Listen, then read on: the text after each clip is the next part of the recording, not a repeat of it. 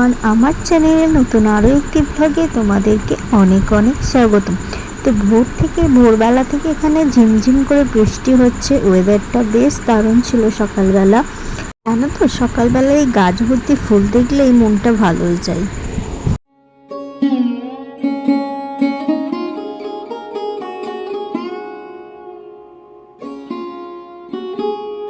শুভ সকাল বন্ধুরা, কেমন আছো তোমরা সবাই? আশা করি ভালো আছো এবং সুস্থ আছো।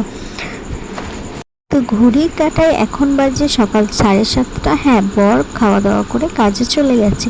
প্রথমে ভেবেছিল বৃষ্টির কারণে যেতে পারবে না, কিন্তু পরে বৃষ্টি থামায় ও কাজে চলে গেছে। বরকে রেডি করে খাবার দিয়ে টিফিন গুছিয়ে ও কাজে চলে গেলে তারপরে আমি আমার সংসারের কাজে হাত দিই। মাও ওদিকে কাজ শুরু করে দিয়েছে। তো আমি ভাবলাম তাহলে আমি গাছের ফুলগুলো তুলে নিয়ে আসি। সকাল সকাল ফুল তোলার মজাটাই আলাদা। সকাল সকাল জানো তো বন্ধুরা, ফুল তুলতে বেশ ভালো লাগে। জানো তো বন্ধুরা, সকালবেলা যদি ফুলটা না তুলি পরে আর গাছে এসে একটা ফুলও পাবো না। তো সবাই তুলে নিয়ে চলে যাবে। ভোরের দিকে সকালে যেহেতু বৃষ্টি হয়েছে, সে কারণে তো রোদ ওঠার চান্সই নেই। তাই ভিজে জামা কাপড় যেগুলো ছিল এগুলো আমি ঘরের মধ্যেই মেলে দিলাম। তো সকালে ফ্রেশ হয়ে খেজুর আর আমন্ড বাদামটা ছিল ওটাই খেলাম। বালিশগুলো অনেকদিন ধরে রোদ হয়নি, তো কদিন ভোর হচ্ছে বৃষ্টি বৃষ্টি ভাব। তো বালিশগুলো হচ্ছে একটু কেমন মতো হয়ে গেছে, একটু রোদে দিয়েছি। রোদে দিলে বালিশগুলো বেশ ভালো থাকে, ফুলে উঠবে। তো চলো কাজ সেরে তোমাদের সাথে কথা বলি। সকালের দিকে একটু বৃষ্টিভাব থাকলেও বেলার দিকে বেশ রোদ উঠেছিল। তাই ভাবলাম আমি বালিশগুলো অনেকদিন ধরে রোদে দেওয়া হয় না, তাই একটু রোদ দিই। কিন্তু দেখো কিছুক্ষণ পরেই আবার মেঘলা করে এসছে। তো আজ টিফিনে খেলাম রুটি আর পটল আলু দিয়ে আলু চচ্চড়ি আর ডিম সিদ্ধ। তারপরে খাওয়া দাওয়া সেরেই আমি গ্যাস টেবিলটা ভালোভাবে মুছে নিলাম। আর এখন তো এইভাবেই যাবে, একটু বৃষ্টি একটু রোদ এইভাবেই যাবে। এখানে তো আর কারোর কিছু করার নেই। তো সমস্ত কাজ করে ভাবলাম আমি এবার স্নানে যাব, কিন্তু ওদিকে আকাশের যা অবস্থা, আমি স্নানে গেলে যদি বালিশগুলো ভিজে যায়, তাই সেগুলোকে তুলে ওয়ার করিয়ে রেখে দিলাম। দেখো বালিশগুলো রোদ পেয়ে কত ফুলে উঠেছে।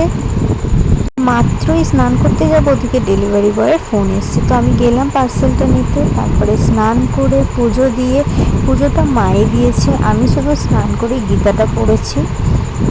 আসলে অনেকদিন ভিডিও করার অভ্যাসটা চলে গেলে যা হয়, আমি অর্ধেক খেয়ে ফেলেছি। তারপরে আমার মনে পড়লো যে না, আমার তো ভিডিওই করা হয়নি। তো দুপুরের লাঞ্চে ছিল হচ্ছে মাছ ভাজা, মাছের তেল আর মাছের ঝোল।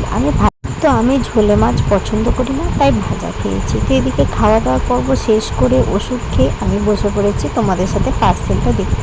আসলে পার্সেল এলে এই মনটা, যতক্ষণ না পার্সেলটা খুলে দেখি ততক্ষণ কিছুতেই ভালো লাগে না। তো দেখো এখানে আমি একটা সেলফি স্টিক অর্ডার দিয়েছিলাম, তো এসেছে। আমার আগেরটা ভেঙে গিয়েছিল, তাই আমি আর একটা অর্ডার দিয়েছি। তো দেখা যাক কেমন এসেছে। মোটামুটি ভালোই এসেছে। তো পার্সেলটা আমি মিশো থেকে অর্ডার করেছিলাম, প্রাইস নিয়েছিল 249। প্রেগনেন্সির প্রথম 3 মাস বলতে গেলে আমার কেমন কেটেছে যদি আমি বলি, তাহলে বলি যে প্রথমে আমার একটু একটু না কেমন যেন মনে হতো, শরীরের মধ্যে কিছু একটা মনে হচ্ছে বদলে বদলে যাচ্ছে বা কিছু একটা। তো আমি এরকম আগে থেকে ভাবতাম যে হয়তো এমনিই হচ্ছে। তো আমার হতো কি, আমার খুব দুর্বল লাগতো, ঘুম পেতো, আর ভালো লাগতো না কিছু। তারপরে যখন হচ্ছে ডেটটা পার হলো তোমার, তো যখন একদম ডেটটা আমার পার হয়, তখন দেখলাম যে পার হয়েছে। তো আমার তারপরে আমি 4-5 দিন পর টেস্ট, তারপরে দেখলাম যে না, রেজাল্টটা পজিটিভ এসছে। এই জন্যই আমার শরীরের মধ্যে এত রকম চেঞ্জ হচ্ছিল বা এত রকম অসুবিধা হচ্ছিল। তারপর থেকে গেল যে প্রথম যে 3 মাস গেছে আমার খুবই খারাপ গেছে। একদিকে ভালো একদিকে খারাপ ফিলিং। তারপর সকালে যখন ঘুম থেকে উঠতো, যে মর্নিং যে সিকনেস বা যে বমি বমি ভাব, ওই জিনিসটা আমার হতো না। ওটা আমার হতো, কিন্তু আমি যদি অনেকক্ষণ ধরে না খেয়ে থাকতাম তাহলে আমার বমিটা হতো না, কিন্তু আমার প্রচণ্ড পরিমাণে গা গুলোতো, গা পাক দিত। আর আমি আগে যেসব খাবারগুলো খেতে পছন্দ করতাম, ভালোবাসতাম, সেই সব খাবারগুলো আমার আর খেতে ভালো লাগতো না। আমার খাবারের প্রতি একটা অনিচ্ছা এসে গিয়েছিল।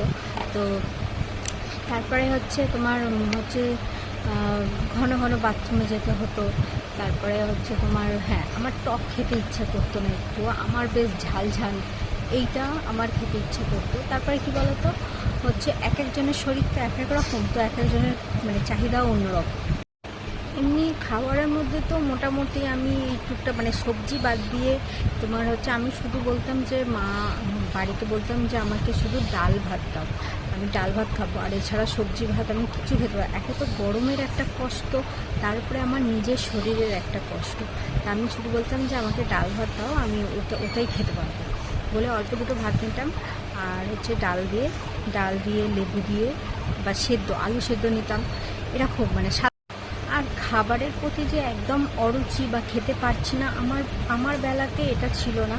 আমি খেতে পাচ্ছিলাম, ওই যে আমি আমার পছন্দের জিনিসগুলো খেতে পাচ্ছিলাম না, শুধু অল্প করে ভাত ডাল আর সেদ্ধ জিনিসটা খেতে পাচ্ছিলাম, এই আর কি। মানে বমিটা যেহেতু আমার হতো না, মানে প্রথম 3 মাস চলে, মানে ফার্স্ট ট্রাইমাস্টারটা, ওটা হচ্ছে আমার তোমার ছিল প্রচণ্ড গরম, মানে তখন সবে গরমটা পড়েছে। আর তোমরা সকলে জানো যে এইবারে কী হারে গরম পড়েছে।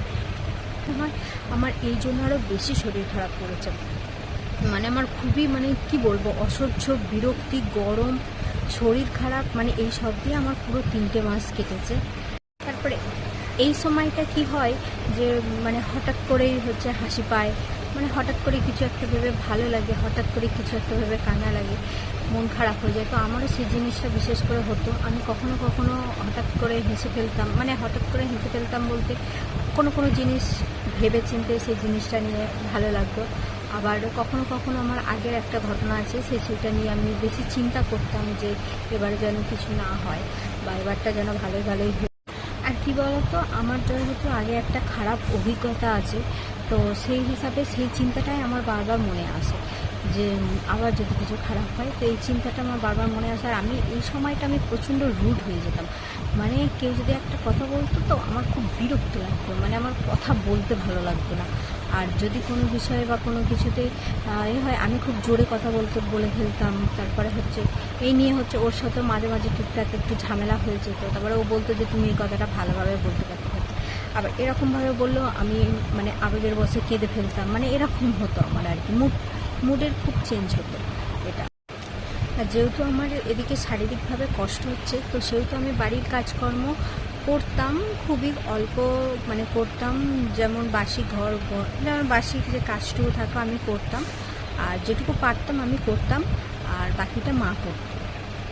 আসলেই আমার মানে নিজস্ব যে কষ্টটা হতো, সেই কষ্টটা থেকেও বেশি কষ্ট তো আমার গরমের জন্য, কারণ তোমরা সকলেই জানো যে এবারের গরমটা ভীষণ পরিমাণে পড়েছিল। তো সে কারণে আমার শরীরটা খুবই খারাপ লাগতো হয়তো, কারণ আমি বুঝতে পারি যে মানে আমি কি বলবো, শুতে পারতাম না, বসতে পারতাম না, আমার খুব কষ্ট হয়েছে মানে 3 মাসটা আর কি, হয়তো গরমের জন্যে।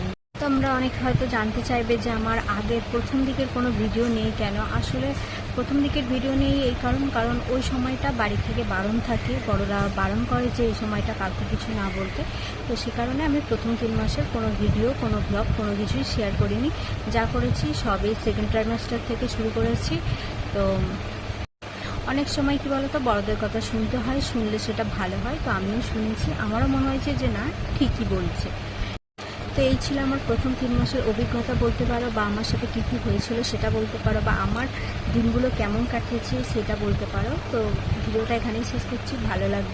ভালো লাগলে অবশ্যই লাইক, কমেন্ট অ্যান্ড সাবস্ক্রাইব করে দেবে, আর আমার পাশে থেকে ব্যাস আর কিছু চাই না।